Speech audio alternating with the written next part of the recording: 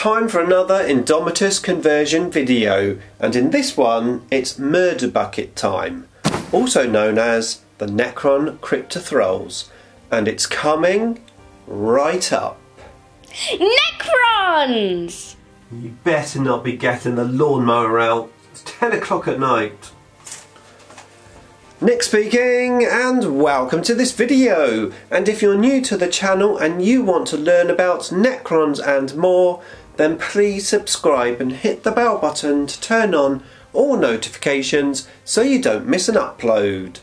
Okay, so it's time to convert the Necron Cryptothralls, also known as the murder buckets. These two little miniatures that you get in the Indomitus box set are push fit miniatures, and the aim of this video is to change the pose, so when you're building more than one set of miniatures, well, the second set looks different, and we're doing it without using bits from our bits box, so just the Indomitus miniatures. There aren't many parts to these particular miniatures, so it's not going to be a major conversion, just making them a little bit different from each other. I really hope you like them, and of course if you do, don't forget to let me know and press the like button.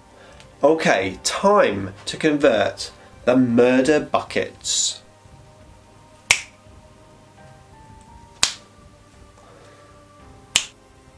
Okay, so here we go. We've got two Cryptothralls built exactly like the instruction book says, and now I'm going to build another two. I'm going to try to make them look a little bit different.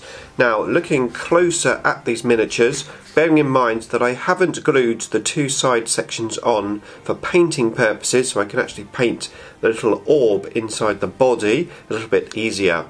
But what I'm thinking is, if we swap the two side sections over from one set of legs to the other set of legs, because the legs are obviously in different positions, that's going to make the arms and legs look different. We do have the option of cutting the arms, maybe at the elbow joint or the shoulder joint, and just repositioning them. And potentially, if I was doing another two on top of these two, in other words, maybe 6 of these, then that's something I might start to do to help change the pose a bit more. But I think for now, the swapping of the arms is going to help quite a bit. And if we rotate this body here, either one way or the other, that's also going to help. So I think that's going to be my plan. Now, the first thing to do, of course, is to clip the pieces off of the sprue and clean up all the mould lines, which I've already done. So now it's time to have a look at the actual conversion, and I think the first place I'm going to start before I glue anything is the waist section just here. I'm going to cut this, allowing me to rotate it. Now, the reason why I'm doing this now rather than after I put the legs on is because it's just going to be easier. I can lay this down flat on my cutting mat. I can get my knife and just go into the groove of the waist section just here and basically cut into this. Just a gentle push, wiggle the knife up and down, and it will gradually cut through that waist section. There we go. What I'm going to do now is just clean this up with the knife so it's nice and flat on each little edge, and then we're going to pin them back together. Okay, so I'm ready to drill a hole. I've got a 1mm drill bit in my pin vise. I got this from Games Workshop, but you can buy this from any hobby store. So we need to drill a hole right in the middle of this section that we've just cut off. So we find the middle and we just gently drill a hole into it. Just take your time and drill through the plastic without, of course, going too deep.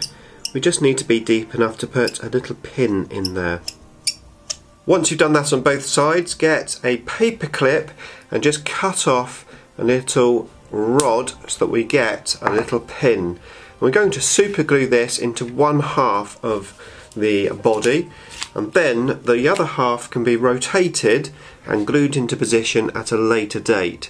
So we're going to put some super glue onto the rod and then glue that into the hole, and then just let that dry. When it's fully dry, we are ready for the next stage. Okay, so that's done. I've glued the pin into both of the top sections there, and now it's time to glue the legs onto the appropriate waist section, and then we can move on to the arms. Okay, so whilst gluing those legs together and putting them onto the base, well, I came up with something which was definitely not in my plan, but works really well. I've got the legs running, which I really like. So these two here, this unit will be a charging unit and the other unit will just be standing there. So that was pretty cool. All I did was when I glued the leg, I just angled it upwards rather than having it flat onto the base, and it is very strong with that big pin on the base there. It's just really strong. So I'm really excited now about working on the rest of these because I think they're going to look really cool. Now, bringing back these guys into frame, we're going to work on the arms. Now, originally I was thinking of taking this body here, the two arms on this body, and basically putting it onto the other set of legs just to make them look different. But I've noticed that these arms will basically go on any of the body. So I was thinking, rather than swapping both of the arms from one to the other, if I just swap one arm around, then I'll end up with 4 differently posed arms without having to clip the arms and bend them and change position. So what I've been doing, these are only pushed together because, like I said, I'm not gluing them for painting purposes, but basically I've now just pushed the arms into place. Like I said, I've got different bodies. So all I've got to do now is cut the pin off so that it's the right length to basically glue onto the bodies, just rotating them to a position that I think looks cool, and then glue the heads on, and I'm done. Okay, and here they are all finished. And I have to say, I'm absolutely loving these. I think they're one of my favourite conversions that I've done, even though they're pretty basic. I just think they look so cool. Maybe it's because they remind me of flayed ones, I'm not really sure. But looking at these compared to the original, it's easy to see that these two units are two separate units. They look different enough.